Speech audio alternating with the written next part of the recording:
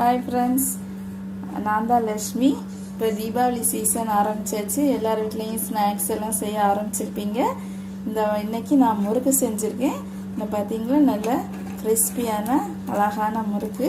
இதை எப்படி செய்யலான்னு பார்க்கலாம். இதற்கு தேவையான பொருட்கள்: அரிசி மாவு, இது சாதா நம்ம இடியாப்பம்லாம் செய்வோம்ல அந்த அரிசி மாவு, உளுந்து,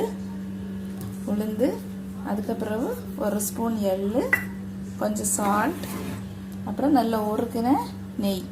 இவ்வளோதான் நமக்கு தேவை. இப்போ நம்ம என்ன பண்ணலாம், அளவு பார்க்கலாம்.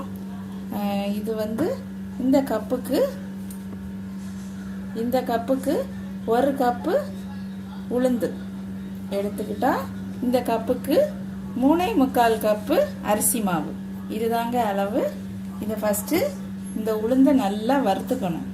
இந்த உளுந்தை நல்லா வாசனை வர்ற வரைக்கும் வறுத்து நல்லா குக்கரில் போட்டு 5 விசில் வர்றது வர நல்லா வேக விடணும்.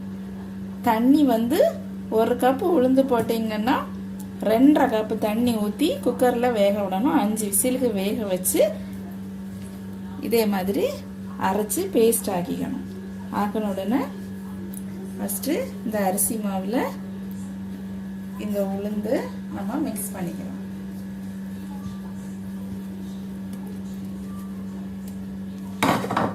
அதுக்கு பிறகு நம்ம எடுத்து வச்சிருக்கிற எள்ளு, அப்புறம் நமக்கு தேவையான அளவு சால்ட், இதெல்லாம் போட்டு நல்லா வர வைக்கணும்.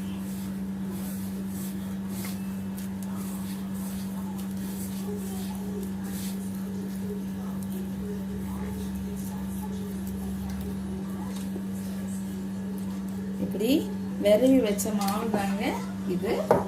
நான் ஆல்ரெடி நல்லா விரவி வச்சிருக்கிறேன். பார்த்தீங்களா, இந்த மாதிரி பக்குவத்துக்கு ஆல்ரெடி நான் நல்லா விரவி வச்சிருக்கிறேன். இப்போ நம்ம முறுக்கு எப்படி புளியறதுன்னு பார்க்கலாம்.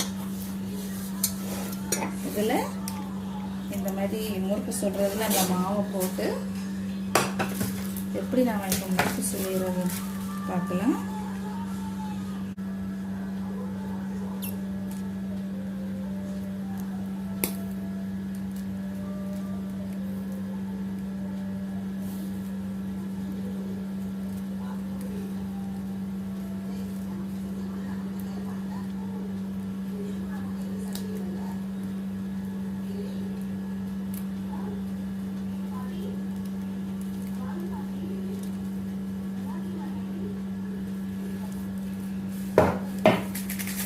இதே மாதிரி போட்டுட்டு ஆல்ரெடி நான் எண்ணெய் சுடு பண்ணி வச்சிருக்கிறேன். எண்ணெய் காஞ்சிட்டு இருக்கு.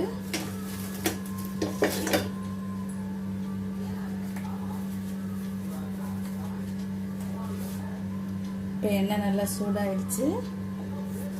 நம்ம புளிஞ்சு வச்சிருக்கிற போட்டுடலாம் முறுக்க.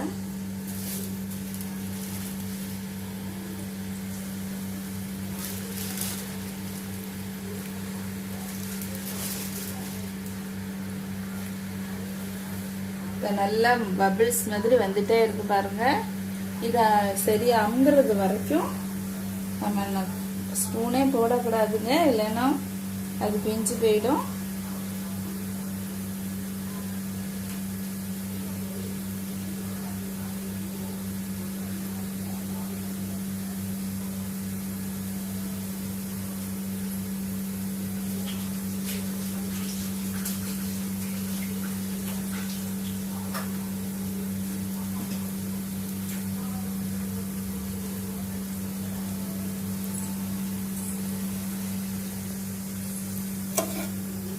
பார்த்தீங்களா, இது கொஞ்சம் கொஞ்சமாக அமுங்கிட்டு இருக்கு, சரியாயிட்டு இருக்கு. இந்த பபிள்ஸ் எல்லாம்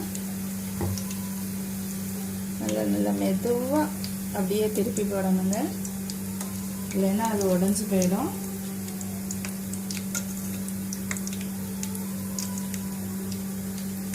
நல்லா மெதுவாக இப்படி லைட்டாக திருப்பி போட்டுறணும், இல்லைன்னா முறுக்கு உடஞ்சி போயிடும்.